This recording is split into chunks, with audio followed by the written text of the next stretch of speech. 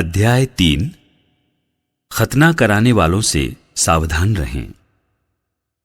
आप लोगों को दोबारा वही बातें लिखने में मुझे कोई कष्ट नहीं, और इसमें आपका कल्याण है। आप कुत्तों से सावधान रहें, दुष्ट कार्यकर्ताओं से सावधान रहें, अंगच्छेद करने वालों से सावधान रहें। सच पूछिए तो खतने वाले हम हैं। हम आत्मा से प्रेरित होकर ईश्वर की उपासना करते हैं और शरीर पर नहीं बल्कि ईसा मसीह पर गौरव करते हैं। हालांकि मैं भी शरीर पर गौरव कर सकता हूं।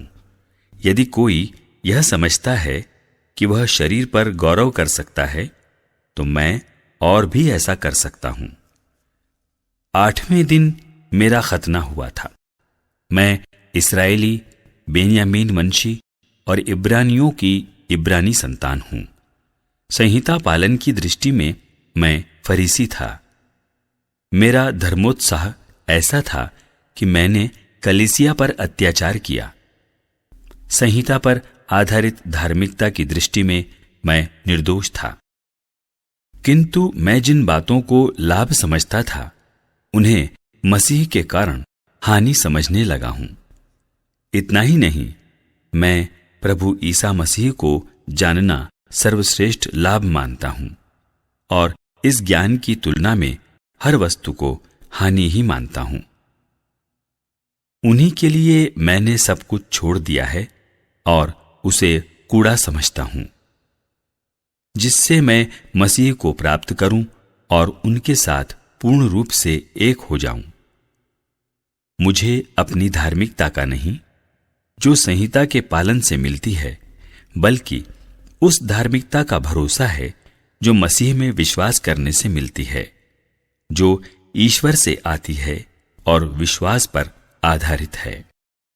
मैं यह चाहता हूं कि मसीह को जान लूं, उनके पुनरुत्थान के सामर्थ्य का अनुभव करूं और मृत्यु में उनके सदृश बनकर उनके दुख भोग का सहभागी बन जाऊं, जिससे मैं किसी तरह मृतकों के पुनरुत्थान तक पहुंच सकूं। मेरा अनुकरण करें। मैं यह नहीं कहता कि मैं अब तक यह सब कर चुका हूं या मुझे पूर्णता प्राप्त हो गई है, किंतु मैं आगे बढ़ रहा हूं ताकि वह लक्ष्य मेरी पकड़ में आए जिसके लिए ईसा मसीह ने मुझे अपने अधिकार में ले लिया। भाइयों, मैं यह नहीं समझता कि वह लक्ष्य अब तक मेरी पकड़ में आया है। मैं इतना ही कहता हूं कि पीछे की बातें भुलाकर और आगे की बातों पर दृष्टि लगाकर मैं बड़ी उत्सुकता से अपने लक्ष्य की ओर दौड़ रहा हूं, ताकि मैं स्वर्ग में वह पुरस्कार प्राप्त कर सकूं जिसके लिए ईश्वर ने हमें ईसा मसीह में बुलाया है। हम में कितने लोग परिपक्व हैं, उनका यही मनोभाव होना चाहिए, और यदि किसी विषय पर आपका दृष्टिकोण भिन्न होगा तो ईश्वर आपको इसके संबंध में ज्योति प्रदान करेगा। जो भी हो, हम जिस स्तर पर पहुंच चुके हैं उसी के अनुरूप आचरण करें। भाइयों, आप सब मिलकर मेरा अनुसरण करें। मैंने आप लोगों को एक नमूना दिया, इसके अनुसार चलने वालों पर ध्यान देते रहें, क्योंकि जैसा कि मैं आपसे बार बार कह चुका हूं और अब रोते हुए कहता हूं, बहुत से लोग ऐसा आचरण करते हैं कि मसीह के क्रूस के शत्रु बन जाते हैं। उनका सर्वनाश निश्चित है।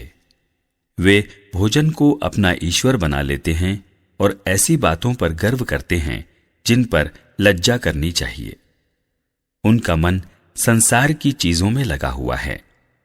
हमारा स्वदेश तो स्वर्ग है और हम स्वर्ग से आने वाले मुक्तिदाता प्रभु ईसा मसीह की राह देखते रहते हैं। वह जिस सामर्थ्य द्वारा सब कुछ अपने अधीन कर सकते हैं, उसी के द्वारा वह हमारे तुच्छ शरीर का रूपांतरण करेंगे और उसे अपने महिमामय शरीर के अनुरूप बना देंगे।